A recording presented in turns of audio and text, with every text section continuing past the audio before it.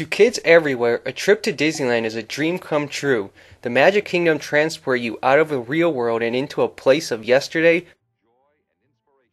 tomorrow, and fantasy.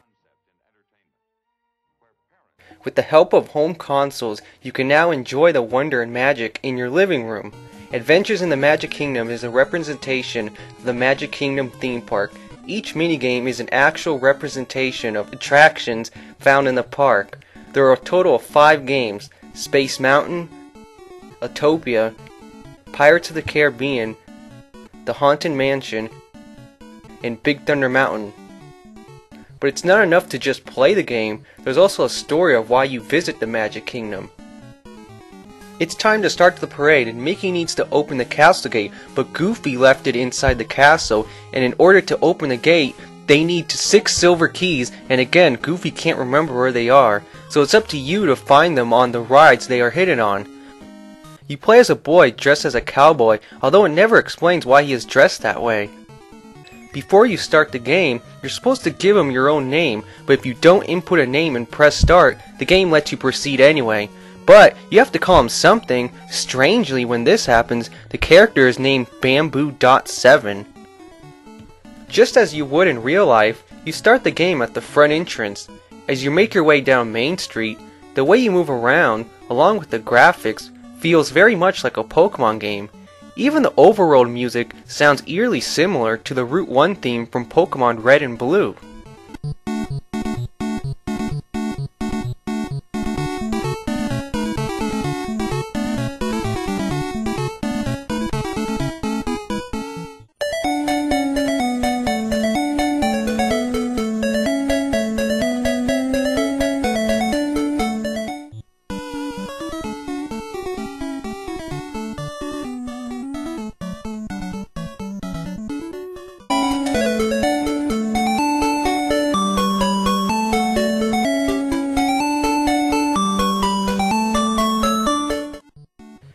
As you explore the rest of the park, you are only reminded of what other rides there could have been, like It's a Small World, Jungle Cruise, the Disneyland Railroad, or Astro Jets. The park layout is more reminiscent of Disneyland in California, but the title implies that the game is based on the Magic Kingdom in Florida. Space Mountain is located at the bottom right corner rather than center right like in the Magic Kingdom, and the same for the other attractions and how it looks more like Disneyland. The best way to find out is by comparing the 2 castles. Magic Kingdom features a Cinderella castle and Disneyland features a Sleeping Beauty castle. The box clearly displays the Cinderella castle, but the title screen shows the Sleeping Beauty castle. There's no way of telling which park this is, so it's best to assume that it's merely a general representation of all Disneyland theme parks. Autopia is a top-down racing car game where you have to drive a car in a race with Panhandle Pete, who stole one of the keys. There's a time limit, and if you stop too much, you won't make it in time. When the car bumps into the sides, the car slows down and you need to speed up again. If you fall in the water or mud, then you must start over.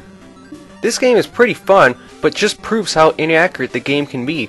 First of all, on the ride in real life, you can't push other cars off the road. The best you could do is ram them from the back, and there is never water shooting up from the ground, or especially ramps and broken bridges. Why are there cows everywhere? This completely deprives Tomorrowland of its futuristic setting. These cows must have taken a wrong turn on their way to Frontierland. The next minigame is Space Mountain. There's a silver key on star F, and you must navigate the ship by pressing the button that is shown on the screen. If you press the wrong button, you lose life. If you are hit 3 times, you must start from the beginning. This is one of the hardest games to beat.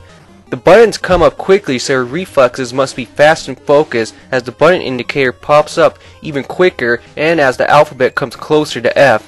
To make matters worse, the buttons you press sometimes seem to not work, and the game will mark you wrong for it. Big Thunder Mountain is one big guessing game where the only way to win is to play and lose several times until the point where you memorize the track and avoid obstacles, but it will cost you many lives and lots of time. Expect to see Mickey's disappointed wagging finger over and over again. Who does he think he is, Sonic?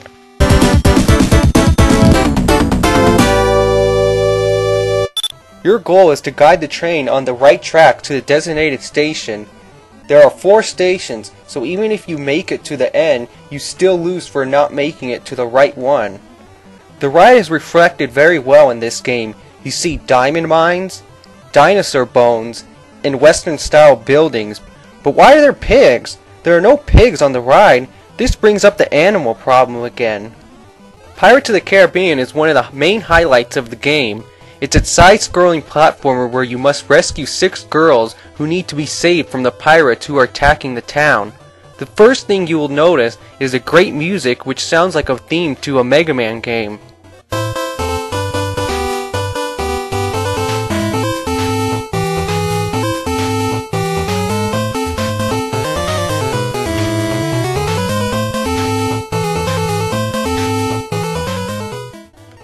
Makes sense, since this game is developed by Capcom. You don't have any defense against the pirates, except for some barrels that you can push. There are a lot of references to the ride, like the boat and cannonballs splashing the water.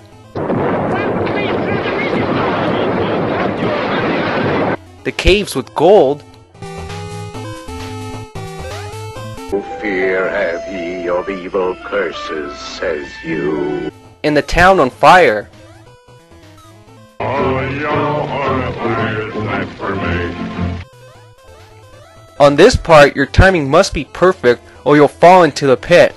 The jump has to be at the very edge, which is also like Mega Man.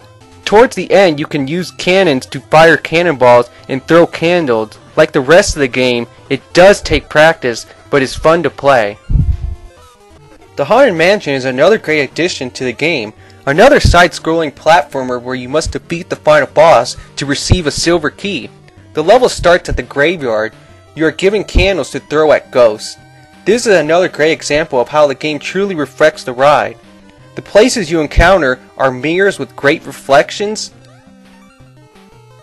and all foolish mortals. The dancing ballroom, and the attic. House known as the... This is also another great example of how frustrating the game can be, with books flying towards you and floating chairs that you can't fall from. Luckily, the select menu screen allows you to use the stars you collect to purchase items like a life up, invincibility, freeze, and 1-up.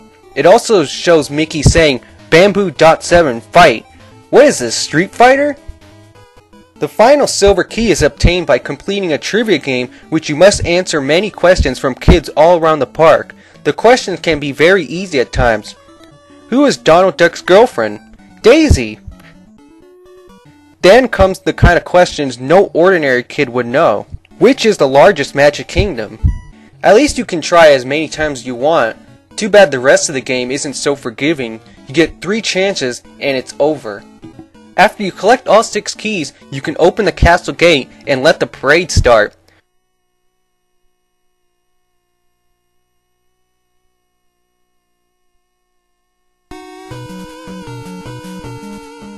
The game isn't very reminiscent of Disneyland, but does have a long gameplay value to it. One thing it does is reflect that it is one of the many Disney games developed by Capcom.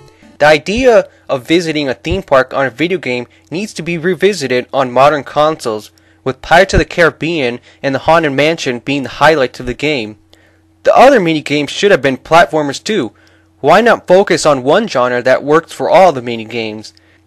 They could have also been racing games like Autopia.